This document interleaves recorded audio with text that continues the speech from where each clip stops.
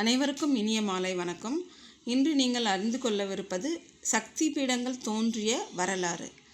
சக்தி பீடங்கள் என்பவை ஆதிசக்தியின் ரூபமான சதிதேவியின் அதாவது தாட்சாயினியின் உடல் பாகங்கள் விழுந்த இடங்களில் எழப்பட்ட கோயில்களாகும். சக்தி பீடம் என்பதற்கு சக்தியின் அமர்விடம் என்று பொருளாகும்.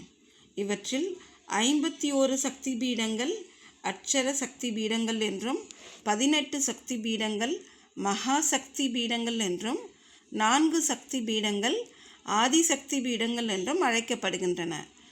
இப்பொழுது நாம் சக்தி பீடங்கள் உருவான வரலாற்றை பார்ப்போம். தட்சன் என்னும் அரசன் சிவபெருமானை நோக்கி கடும் தவம் புரிந்தான்.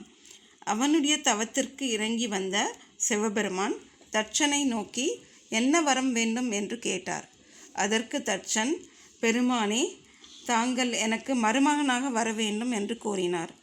அதுவே நான் விரும்பி கேட்கும் வரம் என்று அவர் பதிலளித்தார். அதை கேட்ட சிவபெருமான் அவ்வாறே ஆகட்டும் என்று அருள் புரிந்தார். பிறகு பரமேஸ்வரனின் இந்த வரத்தின் காரணமாக தாட்சாயினி என்ற பெயரில் தட்சனுக்கு ஒரு மகள் தோன்றினாள்.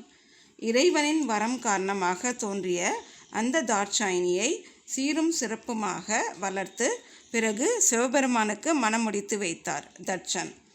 இந்த நிகழ்வு தட்சன் சிவபெருமான் மேல் கொண்ட அன்பிற்காக நிகழ்ந்தது அல்ல. அவன் நினைத்ததோ வேறு. சிவபெருமானை தனக்கு மருமகனாக்கி கொண்டால் உலகத்தில் உள்ள அனைவரையும் அடக்கி ஆளலாம் என்ற தீய நோக்கத்திற்காகவே அவ்வாறு அவன் மனம் புரிந்து வைத்தான். பிறகு சர்வேஸ்வரன் தாட்சாயினியை அழைத்து கொண்டு கைலாயம் சென்று விட்டார். இதை கேள்விப்பட்ட தட்சன் சிவபெருமான் தன்னிடம் கூறாமல் சென்று விட்டதை பெரும் அவமானமாக கருதினான். அதன் காரணமாக சர்வேஸ்வரனை அவமதிக்க வேண்டும் என்பதற்காக யாகம் ஒன்றை தொடங்கினான். அந்த யாகத்திற்கான அழைப்பிதழை அனைவருக்கும், அதாவது தேவர்களுக்கு அனுப்பிவிட்டு எம்பெருமானுக்கு அனுப்பாமல் விட்டுவிட்டான். இதை அறிந்த அன்னை தாட்சாயணி எவ்வளவு எடுத்து கூறியும் அவன் அதை கேட்கவில்லை. அதன் விளைவாக சர்வேஸ்வரனின் கோபத்திலிருந்து வீரபத்திரரும் தாட்சாயனின் கோபத்திலிருந்து காளியும் தோன்றினார்கள். அவ்விருவரும் சேர்ந்து கொடியவனான தட்சனின் யாகத்தை துவம்சம் செய்து அழித்தார்கள். தட்சனின் தலை கீழே உருண்டது. கொடியவன் தட்சனின் மகள் என்று மற்றவர்கள் கூறுவதை விரும்பாத தாட்சாயணி தன் உடலினை தீக்கரையாக்கினாள். அவ்வாறு தீயில் கருகிய தேவியின் உடலினை தன் தோல் மேல் தாங்கி சிவபெருமான் ருத்ர தாண்டவம் ஆடினார்.